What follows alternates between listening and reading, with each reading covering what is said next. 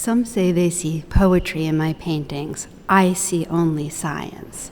We're in the Art Institute of Chicago, and we're looking at Sunday Afternoon on the Isle of the Grande Jatte by Georges Seurat. And that was a quote by Seurat, whose ambition was to bring science to the methods of Impressionism. What's interesting is that the science that he was thinking about has been, to some extent, overturned, and we're left with the poetry.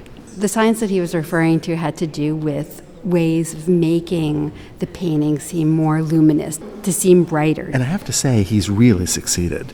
This is a painting that is brilliantly luminous and incredibly complex when it comes to color. So he's taking the earlier traditions of the Impressionists and he's imposing on them the science of vision and especially the science of color that had been developed by people like Chevreul and Rude. He was interested in this idea of dividing color into its components. That is, instead of trying to find the perfect purple, which is really hard to do. You mean when you mix it on your palette? Well, that's right. And the reason is that when you take, say, a blue and a red and you mix them together, that red is not pure red. It's got lots of other things in it. The blue is not pure, and when you mix them together, it gets too muddy. So how do you get a pure purple that you might see in nature? Well, Seurat's solution was to take the red, take the blue, and put them next to each other so that as your eye receives that light, the light waves do the mixing themselves. Right, and this is called optical mixture, and this is really a change from academic technique of finding that local color of an object, mixing it on your palette and then applying it.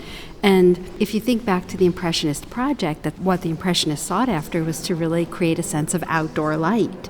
And I think using this divisionist method, this idea of optical mixture, Seurat really did that in the Grande Jatte.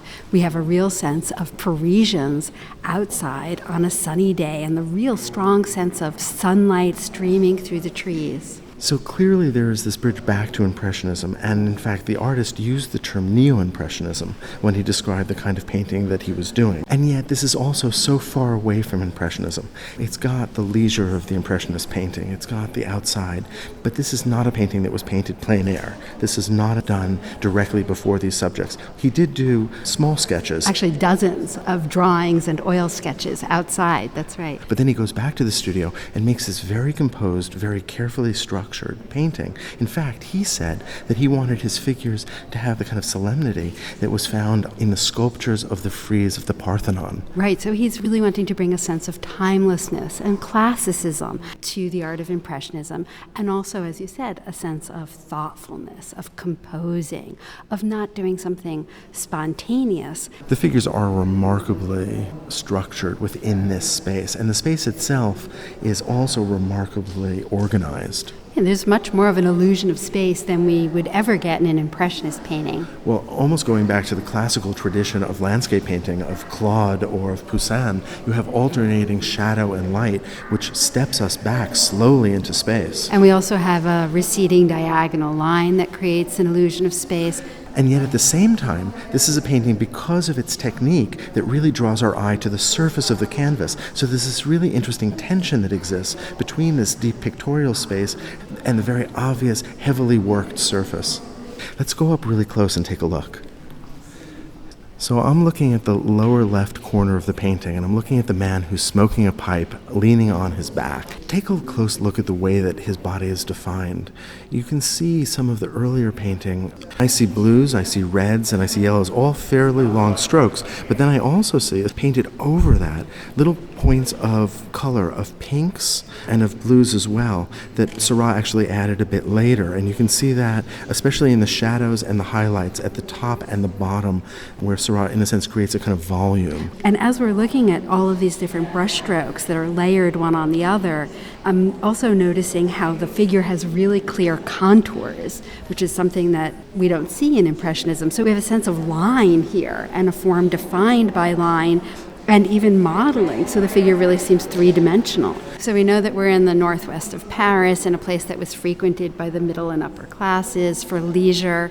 We know that the other side of the river was frequented more by working class figures. And so there's this question of what Seurat is saying about class and Paris in the 19th century. And here, art historians really disagree. And it's in part because there's a lot of ambiguity. The ambiguity of class was an issue of his moment, of his time. Class was enormously important, and it had always been in French society absolutely clear. But the cities had a way now of mixing classes, and this was a modern phenomenon. There was a way that clothing and fashion now blurred class distinctions that were more clear before.